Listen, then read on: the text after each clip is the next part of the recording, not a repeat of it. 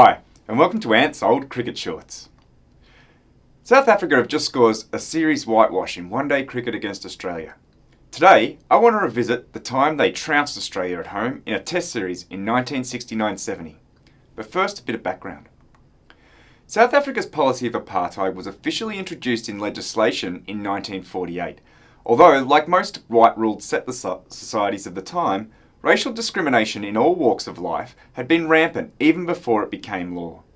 Indeed, the first non-white South African cricketer, Charlie Llewellyn, was arguably only able to make it to the test team by virtue of being able to pass as white, and even then he faced discrimination and erratic selection. It would take the controversial selection amongst both black and white cricketing communities of Omar Henry in the 1986 Rebel Tour against Australia to see the second non-white to represent South Africa. Henry's selection in the first post-apartheid team would see him hold that honour officially. Apartheid also meant that post-1948 South African cricketers were barred from playing against non-white nations.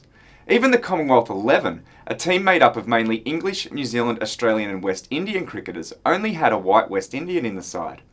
Even pre-1948, no non-white nations had toured South Africa, although in those days that was India who got their test status in 1932, and from 1928 the West Indies, although they had their own struggles around creating an integrated team.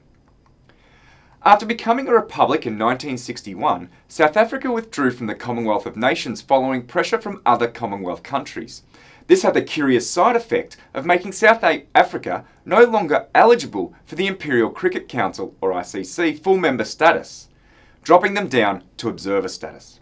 When the ICC was expanded to include associate nations in 1964, South Africa did not reapply. And when they did try to reapply in 78 and 81, they were rejected on both occasions. Regardless of this, the tours of England in 64-65 and Australia in 66-67 and 69-70 are still considered test matches. In 1968, a tour by England was cancelled after the South African government declared that if Basil de Oliveira, a South African of mixed race, who was now playing test cricket for England, were picked, he would not be allowed entry into the country. Prime Minister B.J. Vorster stated that he sees de Oliveira's inclusion as a political move against his government, despite his 158 in the final test against Australia in the just completed Ashes series. This built pressure on the ICC to bar tours of South Africa, although a vote to do so failed comprehensively. In 1970, African Commonwealth nations threatened to withdraw from the Commonwealth Games if a tour of England by South Africa went ahead. After a heated debate in Parliament, the English government pressured the MCC and the tour was called off. Later that year, the ACB likewise withdrew its invitation to South Africa to tour Australia. Vorster called the ban the work of communists. Finally, the ICC voted to suspend South Africa from international cricket. It is hotly debated as to how effective the bans on cricket were in combating apartheid, but they surely played their part. And whilst this suspension was relatively minor in the realm of evils that were brought into the world by the apartheid regime, it rates quite high in the losses to international cricket. See, the 1970 South African team were one of the greatest to play the game.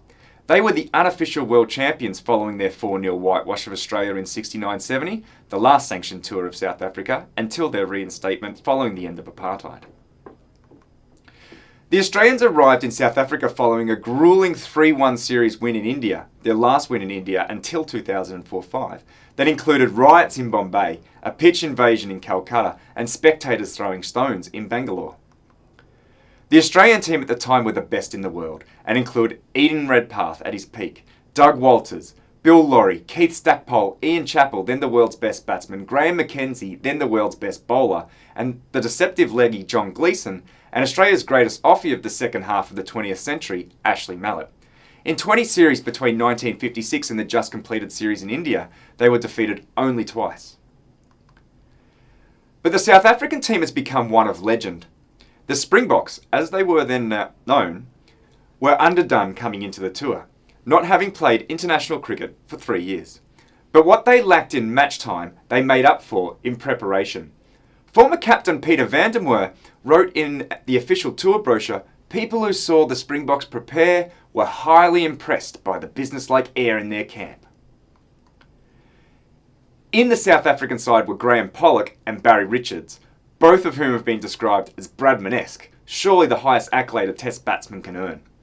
Future World Series cricketer Eddie Barlow was no slouch either. The bowling attack included that year's Wisden Cricketer of the Year Mike Proctor and 1966 Wisden Cricketer of the Year Peter Pollock. All-rounder Trevor Goddard and captain Ali Basher were also part of one of the most formidable lineups of cricketers you've never heard of. In the first test, it was Barlow's 127 that set up the South Africans for a 170-run victory. For the Australians, this would be as close as they would get for the entire series. Spectators queued overnight to get into the second test at Durban, and they weren't disappointed. Richards came out firing, scoring 71 of 88 runs in partnership with Goddard before Goddard was caught by Laurie off the bowling of Gleeson. Basher likewise was a spectator on his way to 9 before Connolly sent him packing just after Richards had brought up his ton at a strike rate of 85. Then in came Graham Pollock. Richards and Pollock would add 103 runs for the third wicket in a partnership that Basher described as batting you will never see the likes of again. That Richards only added 40 of those 103 on his way to 140 showed the form Pollock was in. At stumps, Pollock was on 160. The next day he strode to 274, a South African record that would stand until 1999 when Daryl Cullinan scored 275 against New Zealand. In response to 9 for 622 declared, Australia could only muster 157. In the follow-on, Stackpole, Walters and Redpath would all get into the 70s, but it wasn't enough to force the South Africans to bat again, winning by an innings and 129 runs. The third test at Wanderers was much the same. This time Peter Pollock was the first innings hero, nabbing 5 for 39 in a 307-run win. In the fourth test, another Richards century and one to Lee Irvine would seal the whitewash as South Africa ran out winners by 323 runs. The 66-67 and 69-70 teams remain the only successful South African sides against Australia on home soil, although they've gotten their own back with 2 series wins in Australia on their last 2 visits to these shores. And this is being recorded just before their visit in 2016, so we'll see if that becomes 3. We'll never know what the series return scheduled for 70-71 would have held, when Dennis Lilly and Rod Marsh would both enter the side. Nor will we know just how great Richards and Pollock and the rest of them would have been, but the 69-70 South African team, and cricket in general, are just more in the long list of those who suffered under the policies of apartheid. This story will feature in the upcoming White Line Wireless Cricket podcast. If you're interested in a lighter look at the cricket news, previews of upcoming matches, and a strong focus on women's cricket, check us out. www.whitelinewireless.com. Tweet us at WhiteLineWire and tweet me at Anth Condon. I'll see you next week.